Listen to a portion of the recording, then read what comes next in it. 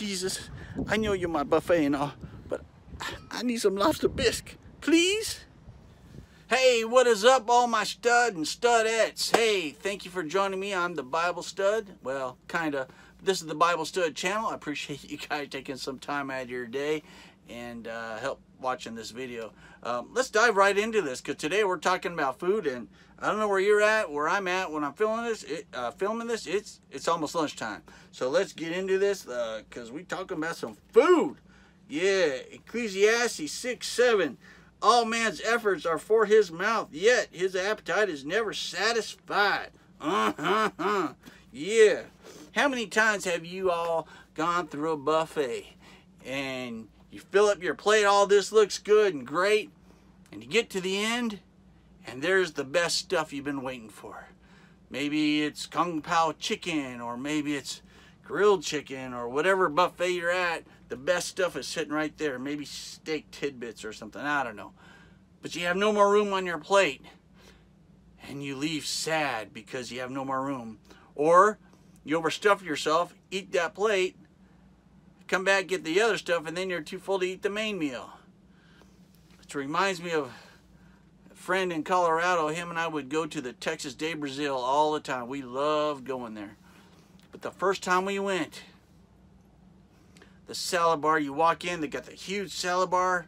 We didn't bother looking around for everything. We just grabbed our plates, went through the salad bar, and you put all the different meats and cheeses and your salad and stuff, everything on this plate. And then you get to the end and you see these 3 silver kettles. What is that? You walk up to the first one, you open up, and it's rice. You open up to the second one, and it's beef stroganoff. The third, you see the light coming out, shining from it. You hear the angels singing, ah, ah. I mean, I don't know that's how they really sound, but it sounded like angels were singing. You open it up, and inside, the aroma hits you. Oh, merci. It is lobster bisque. Lobster bisque. I love lobster bisque.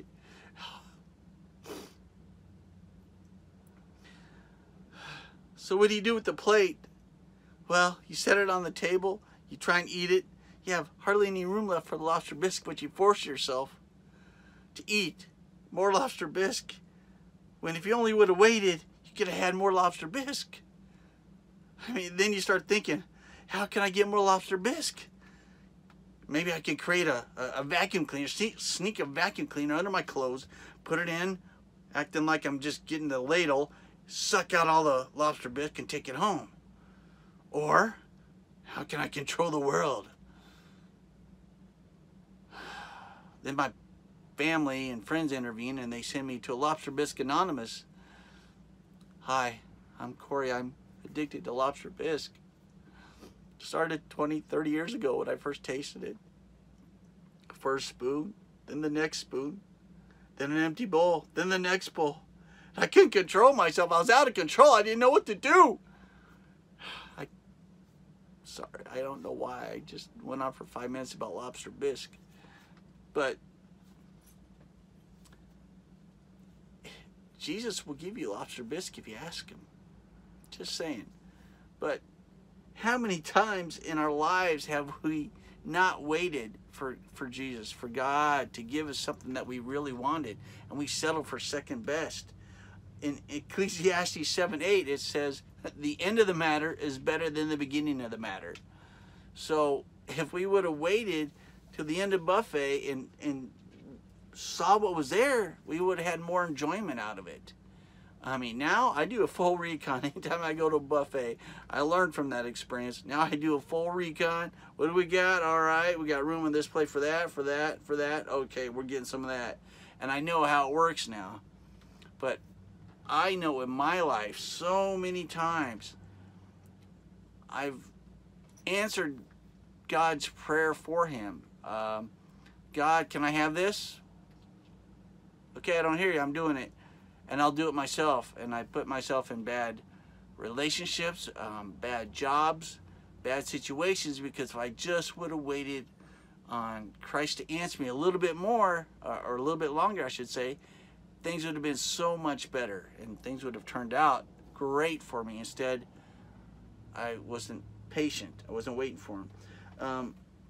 And it's sad because that's how society makes everything. Everything's now. Everything needs to be faster, instant, instead of just enjoying life. I remember going to Gettysburg with my buddies years ago, and I just got my car, and they were doing some sort of fall festival or something there, and these 3 kids, I believe it was, young kids, and they were running the gas station. We were filling up gas, and my car was new, and they'd never seen a Mustang before, and but they just wanted pictures, and they want to sit in it, and so I'm letting these guys, and they went and got us free bottles of Coke and stuff, and but they were just in a different, they weren't in a rush, and it was just so, what's the word I'm looking for, peaceful, enjoyable in that part of the whole time we were there in that part of the country.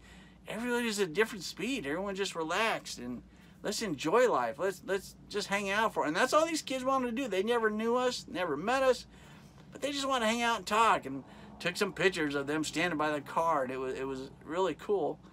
And I'll never forget that. It just kind of made me realize that you need to slow down in life. What's that quote, Ferris Bueller? Life moves by pretty fast, so if you don't stop, take a look around sometime, you might miss something. It's a pretty good quote.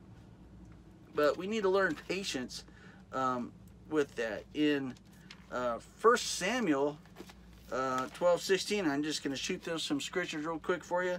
1 Samuel 12, verse 16. Now then, stand still and see this great thing the Lord is about to do before your eyes. Let's shoot over to Psalm 27. Psalm 27, verse 14. Wait for the Lord, be strong, take heart, and wait for the Lord. Let's shoot up to Psalm 37, verses number 7. Be still before the Lord, and wait patiently for him. Do not fret when men succeed in their ways, when they carry out their wicked schemes. Both those scriptures had emphasis on waiting, and they said it multiple times in that verse, so it's kind of important for God. And he even says in that last verse there in Psalm 27, or I'm sorry, Psalm 37:7, don't worry about when other people succeed in their plans, because he has so much stuff better planned for us than we could even imagine.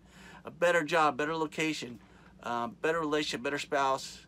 Stop right where you're at. Men especially, look at me, look straight at the camera, look straight at the whatever screen you're at. Don't look to your wife or your girlfriend sitting next to you. Do not, because right now, when I said that, I didn't realize what I just said. She's wondering, am I second best? Am I third best? You need to think of something right now in your mind. Think about the game. Think about memories with your buddies in high school. Think about a vacation you guys are planning, because she's going to ask you as soon as this video is over, am I second best? Am I third best? Did you just settle for me? You need to have the answer. Say, yes, babe, you are number one in my life. God told me you're the best there is. You got to have that answer ready. Think of something, because she's going to ask. I'm sorry I didn't even put you in that position. I'm sorry.